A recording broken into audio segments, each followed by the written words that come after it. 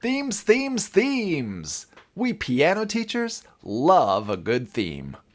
Whether it's for a themed recital, or a theme for a summer camp, or simply adding a little narrative to the usual teaching routine, themes provide a way to connect pieces together into a larger musical experience. They create a sense of shared purpose among students. Today, we're returning to the music of Wynn-Anne Rossi and her newest release titled Dancing with the World. It's a 4-volume themed collection that focuses on the music of traditional dances across various cultures. I've got 6 of them queued up for you, all at the late elementary to early intermediate level. From Thailand to India, Argentina to New York, it's time to lace up your dancing shoes for what's coming up next on the Piano Pedagogy playlist.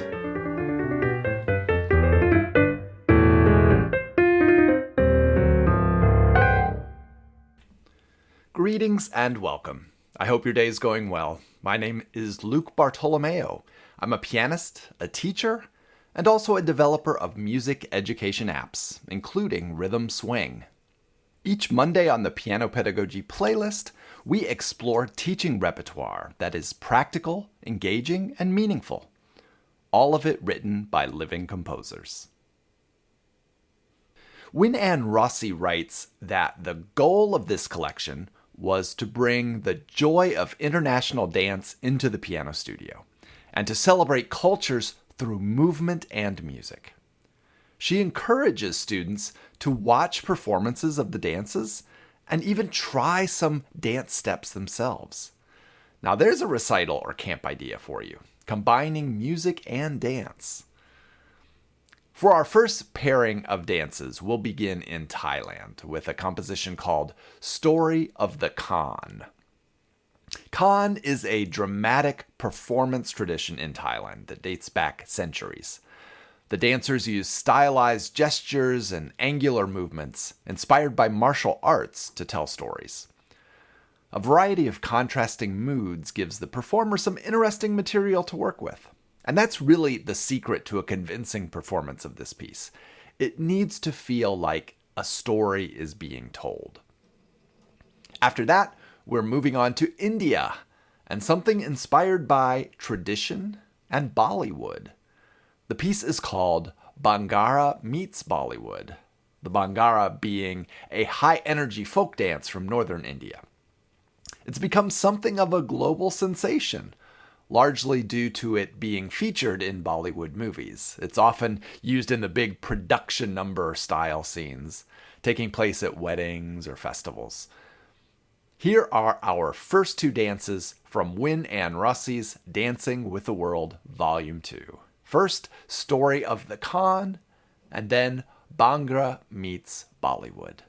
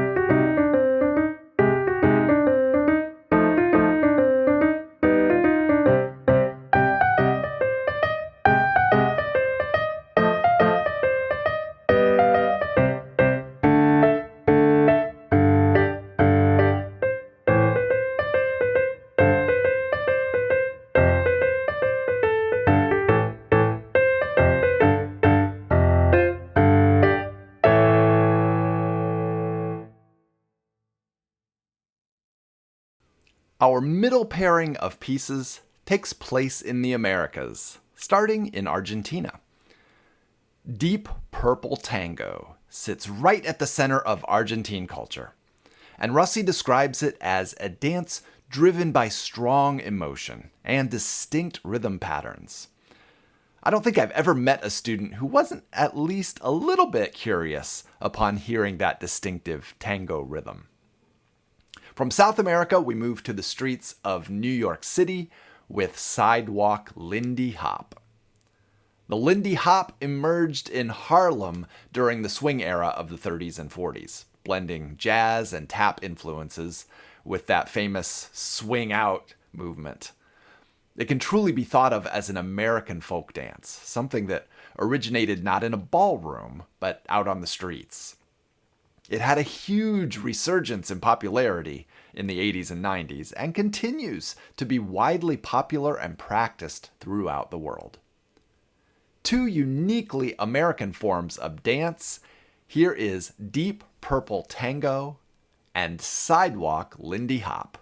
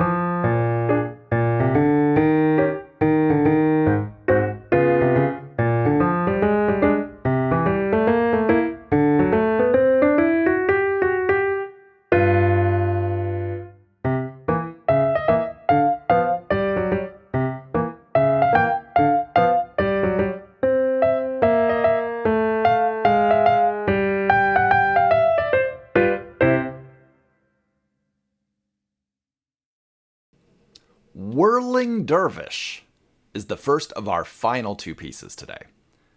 Now, I don't know about you, but whenever I've heard the term whirling dervish, it's been used to refer to someone with an abundance of energy, or someone who is multitasking like a madman. Interestingly, though, the whirling referred to is actually a meditative practice employed by some followers of the Sufi branch of Islam. The dancers gracefully spin as a way to abandon their egos and draw closer to God. Musically, it's a good piece for starting to develop some finger speed and control in the right hand. After a calm start, the final section of the piece includes just the right amount of eighth notes to allow late beginner level students the chance to experiment with some simple passage work. I'll then close with an energetic finale from Ukraine, Wild Hopak. The hopak gets its name from a Ukrainian word meaning to jump. Historically, it was performed by military men in a celebratory dance full of squatting and leaping and displays of athletic energy. I have a feeling you might have an image in your mind of this already. Our version ends with an accelerando that races to a victorious conclusion. Our final two dances today, Whirling Dervish from Turkey and Wild Hopak from Ukraine.